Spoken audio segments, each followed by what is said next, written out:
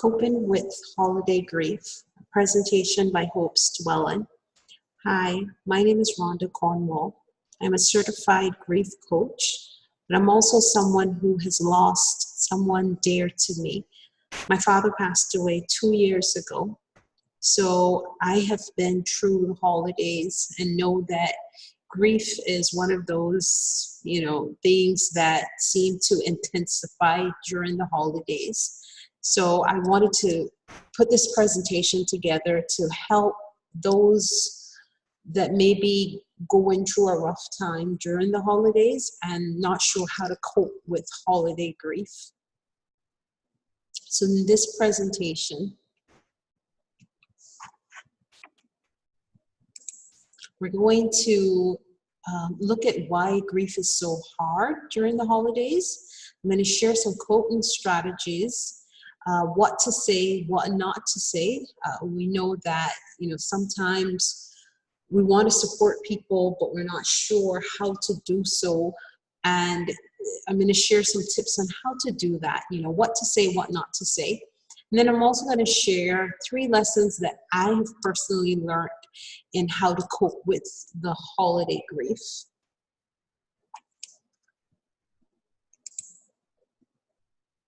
But I want to do a check-in before we move on.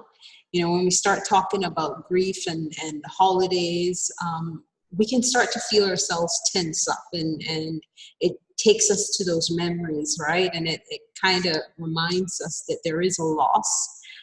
So how are you feeling right now? I want to share an exercise with you that can help change your mood in this moment. Now, only practice this if you're in a safe place. You're not driving, or you're not listening to or watching this presentation and can't participate in this activity. But I'd like to invite you to follow my instructions. So begin by closing your eyes, and I want you to imagine something that makes you happy. It can be a person, a thing, a place, even a food item. Think about something that gives you pleasure. What is that thing? What is that? Is that someone? What is it about that thing that makes you happy, that brings you pleasure? Can you think of 3 things about it that you really appreciate? I want you to just focus on that for just a couple seconds.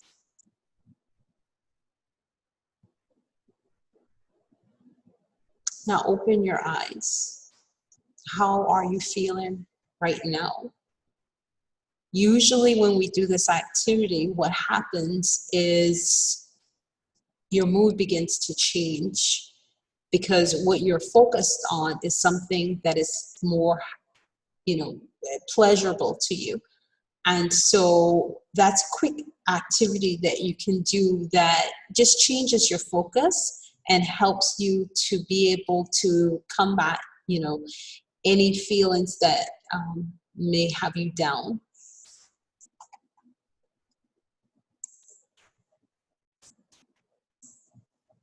So I came across this quote, and I wanted to share it with you because I felt like it was so true, this statement: no holiday from grief. Now, we know that grief does not take holidays. It does not know that it's a happy season and that we're supposed to be celebrating and rejoicing during this season. In fact, your emotions are usually heightened during the holidays. So why is this? Well, it's because at these times we notice the absence more. We're reminded of the traditions and the things that we would have done with our loved ones. You're reminded of the role they would have played during the holidays. And so we're reminded that there is no holiday from grief.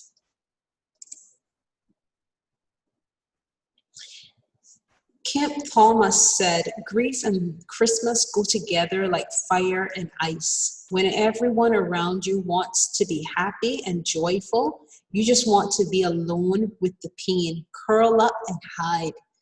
It's okay. It's your grief. Do it your way. You know, how many of us feel this way? It takes a whole lot of courage to admit that sometimes this is exactly how we're feeling. We want to be miserable because somehow it seems to show that we still care. After all, can we really be happy and it be okay? I mean, wouldn't it mean that we don't care anymore, that we don't love anymore? Can happiness and sadness coexist? Can I still enjoy the holidays and still miss my loved one? The answer depends only on you. Only you can determine if you're ready to embrace new experiences, new joys, new happiness. And only you can decide that it's okay to still hold on to the memories of yesterday and still love the one that is no longer here. It is possible to embrace both, but it takes you giving yourself the permission to do so.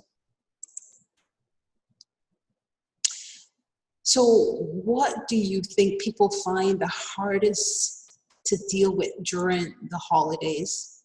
What do you find the hardest to deal with during the holidays? Is it the decorations, the festivities, the social events, the cooking? What is it that you would be the one part of the holidays that you really struggle with?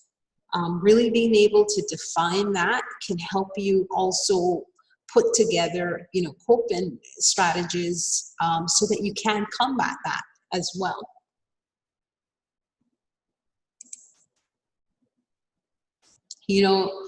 There's a number of emotions that you can feel during the holidays and, with grief. This diagram shows you just a few of those. You can feel loneliness. You can have outbursts. You can feel disappointed. You can have fits of crying and confusion and hopelessness. And, your emotions can go from one extreme to the next. And don't be surprised if during the holidays, it triggers some of the same emotions you felt when the loss first happened. You may also feel new emotions. Know that it's perfectly normal to feel these emotions, and it doesn't mean that something is wrong with you or that your grief has gotten worse if you do experience strong emotional response during the holidays. So here's some coping strategies to help you. Be real with yourself. Admit that things have changed and that, the holidays are not the same because there has been a change. Someone that has been a part of the holidays is no longer here. And so acknowledge that a change has happened. Take time to assess how you're feeling. Spend some time with yourself. See how you're feeling. Are you feeling anxious, sad? What emotions are you feeling? And then journal. Journaling is an excellent way of getting it all out and being able to process what you're thinking and feeling. So take up the habit of journaling. You don't have to, if you're not a writer, if you don't feel like having pen and paper, journal on your phone, on your computer, whatever, like however it feels natural to you. Record what you're going through. It's always helpful to go back to that also and learn from the past. This is how I coped in this situation when I was feeling this way. So journals are a great way of being able to capture that sort of information. And give yourself permission to cry. If you need to cry, cry. Give yourself permission to do that. It's better to let it out than suppressing your feelings and then having a meltdown at some point. And usually that point is in a very public place and a place where you don't want to have a meltdown. And so let yourself, be able to express your emotions and your feelings on your own terms as well. And give yourself permission to be imperfect.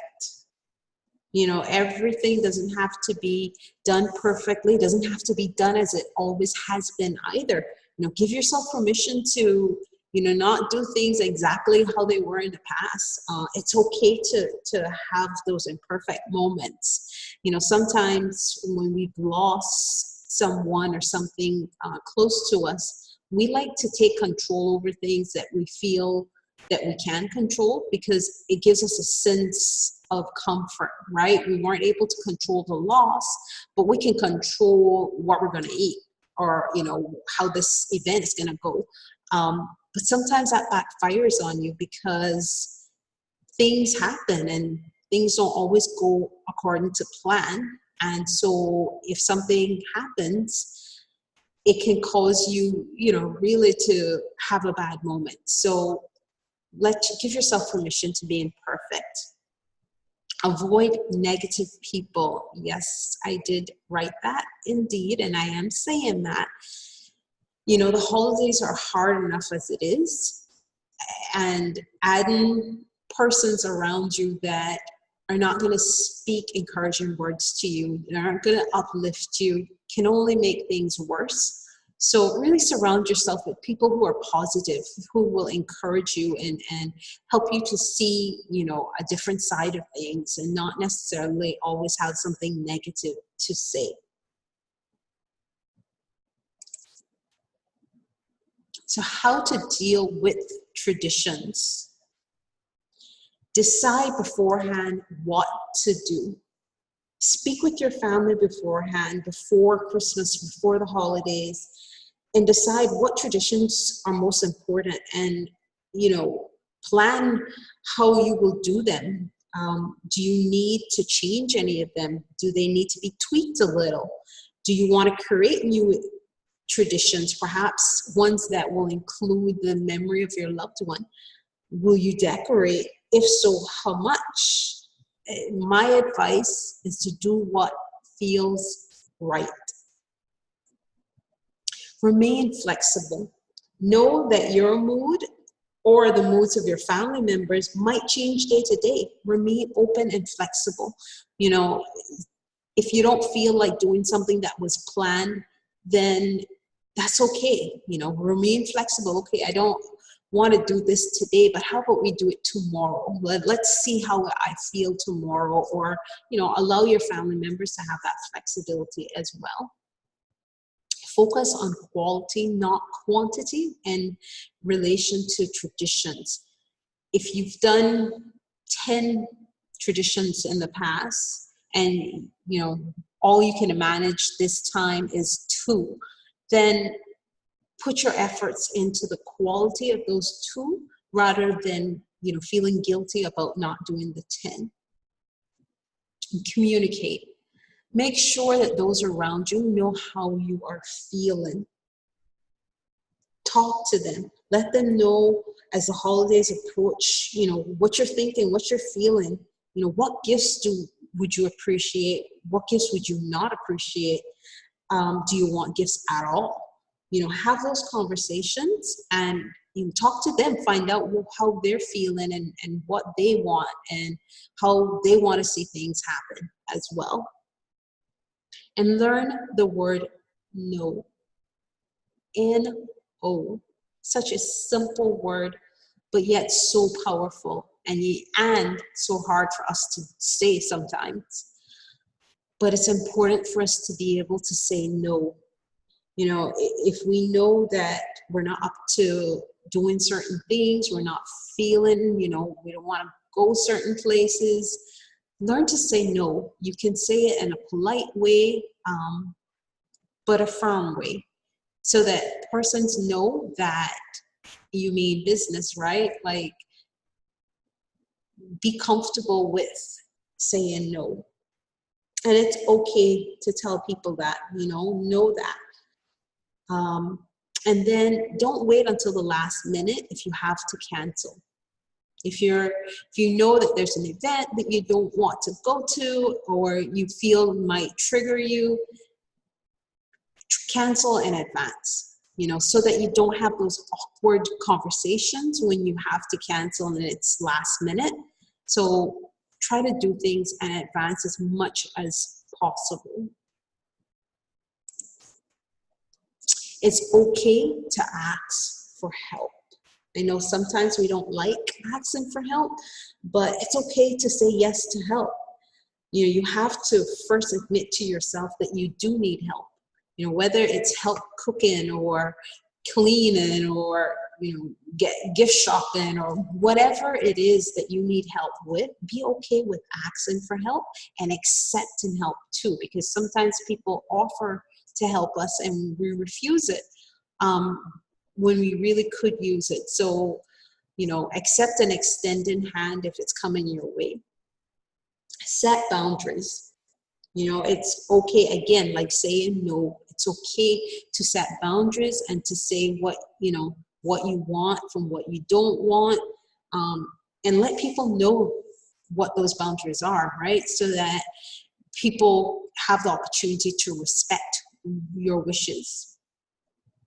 Limit holiday celebrations or take a break. It's okay to say, you know what, I don't feel up to doing this year. Let's just not do it. It's okay to do those things if that's what you need. And drive yourself to events. Sometimes we go to events and something happens and we're not comfortable at the event anymore, or we may become sad, or people are asking too many questions that we don't want to answer, or whatever it may be. Give yourself the opportunity to be able to leave when you want to, because you drove yourself. If you go with someone else, then you're dependent on them. So give yourself, think in advance and drive yourself to your events. Embrace an attitude of gratitude. When we are grateful for the things in our lives, even the smallest of things, we begin to focus on the good, on things that make us happy, and less on things that make us sad. So develop an attitude of being grateful and being thankful for the things that are in your life. This can help transform your outlook. And make some me time. Take some time to do something for yourself that you love. Whether it's read a book or enjoy your favorite beverage, or, take a walk on the beach. Do whatever it is that you like to do, but, take some time for yourself so that you're in a good place that you can deal with, anything that comes your way, really. Now, 3 lessons that I have personally learned in dealing with my own grief. One of those is honor the legacy. My father loved to serve the elderly every year for Christmas, and he did this throughout the year as well. But especially at Christmas, he would deliver fruit baskets to nursing homes on island. My family and I decided then that we wanted to continue this tradition and honor his legacy. As a result of this, I felt like I had somehow included him in a very special way for the holidays, and that gave me peace. I was able to really just enjoy the holidays because I felt like I had honored my father already, and I had done something that carried on what he used to do. Share your story. There's always someone out there that needs to hear your story. Someone who you can look to you and say, I see where she's at or he's at, and I'm not there yet, but their story gives me hope to continue. So be open to sharing your story, because you never know who it will touch and what an impact you can make. And live without regrets. One of the things that I am most grateful for is opportunities to create wonderful memories with my family, with friends, and be able to look back and say, you know, I don't regret not doing this and this. You know, depending on the opportunities that come your way, see them too as a way of creating memories and living without the regrets. Because in the long run, when you can look back and say, you know, I don't have a whole lot of regrets, that is something that can bring you comfort and get you through difficult times. I love this quote: God gave us memory so that we might have roses in December. God gave us memory so that we might have roses in December. You know, our memories can be a source of comfort if we allow them to be. It can be hard to embrace them because they remind us of the loss, but what would happen if we, instead of focusing on the loss, we instead focus on the good times? We would then have roses to enjoy in December.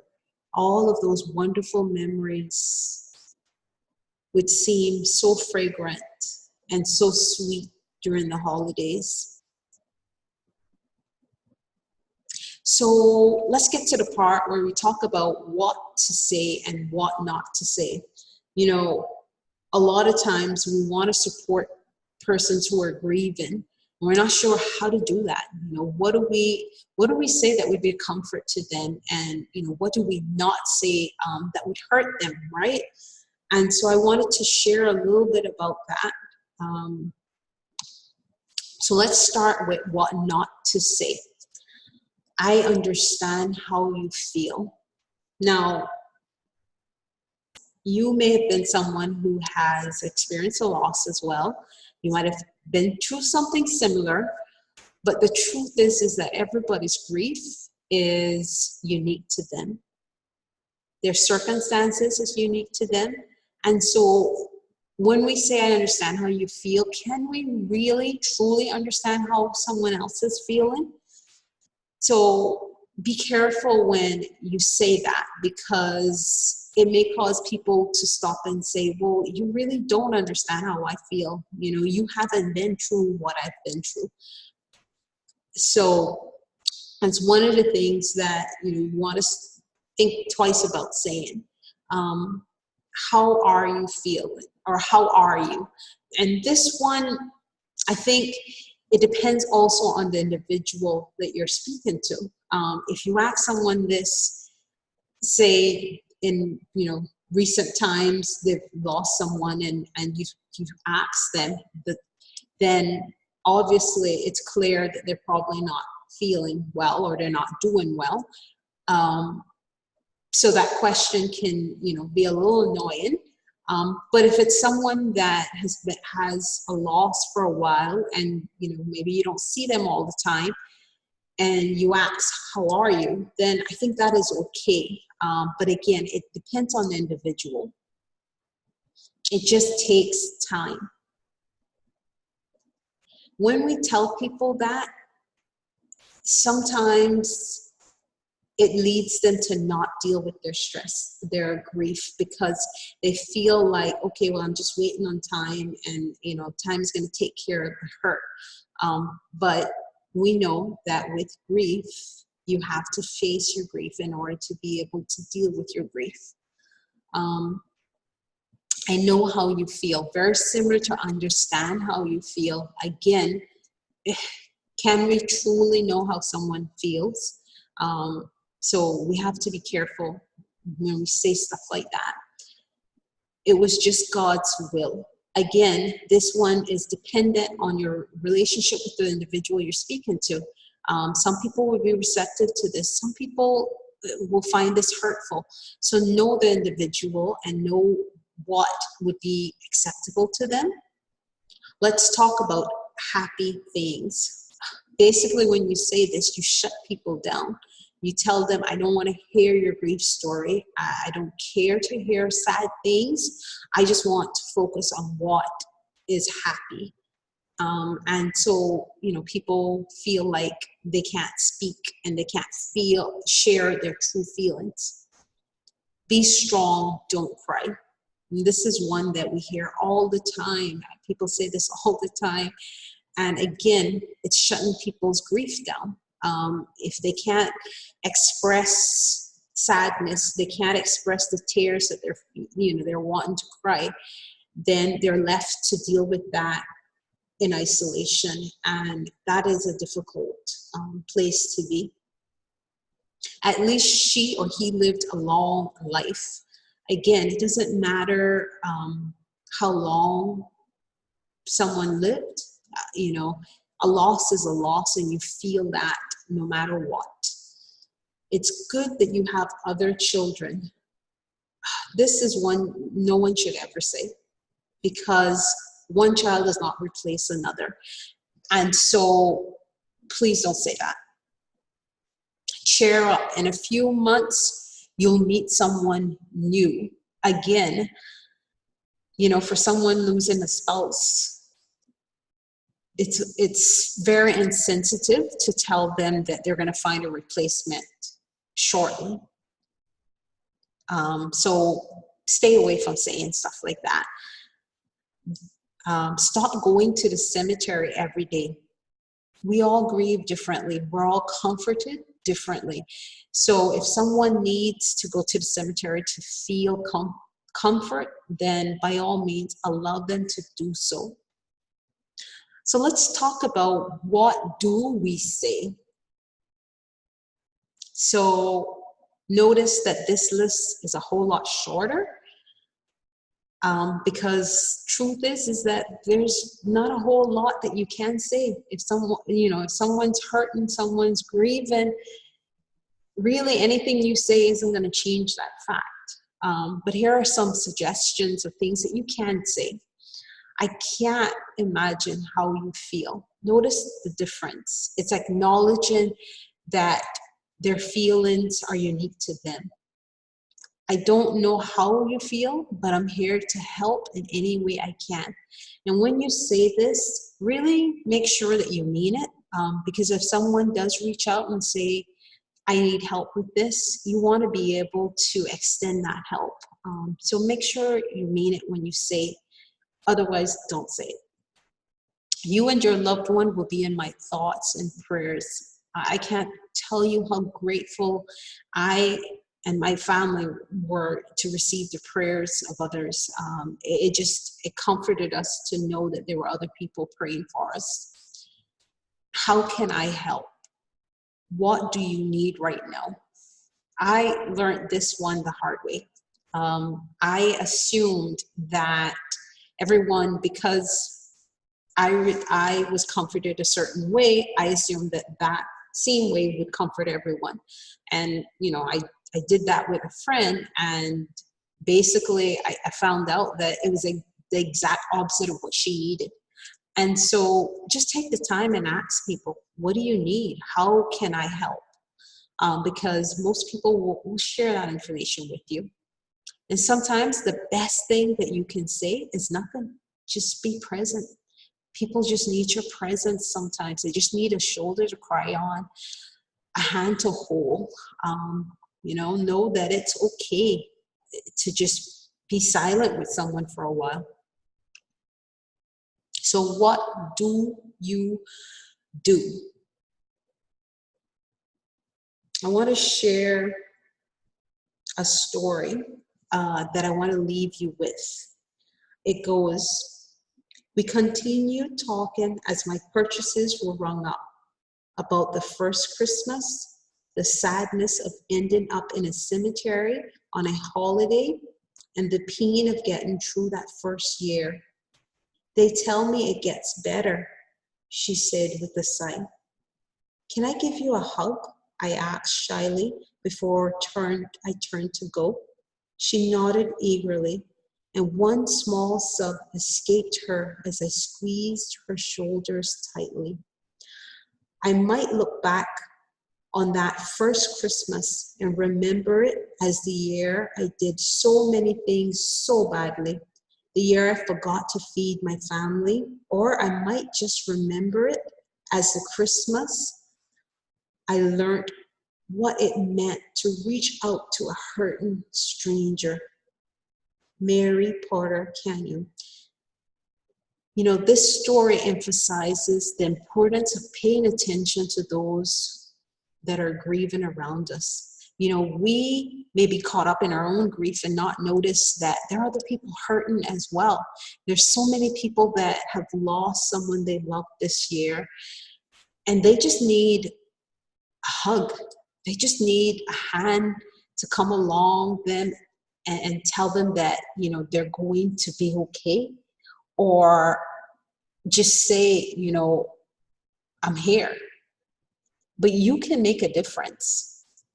You can, out of your own hurt and pain, you can make a difference to someone. And that is something that I want to leave with you, because I think it's important for us to not focus only on ourselves, but to know that we can use our story, our pain, our hurts to make an impact in people's lives. So I want to thank you for watching and participating in this presentation, and I hope and pray that you have a peaceful holidays, and that you embrace the memories and the good that the holidays can bring. Thank you.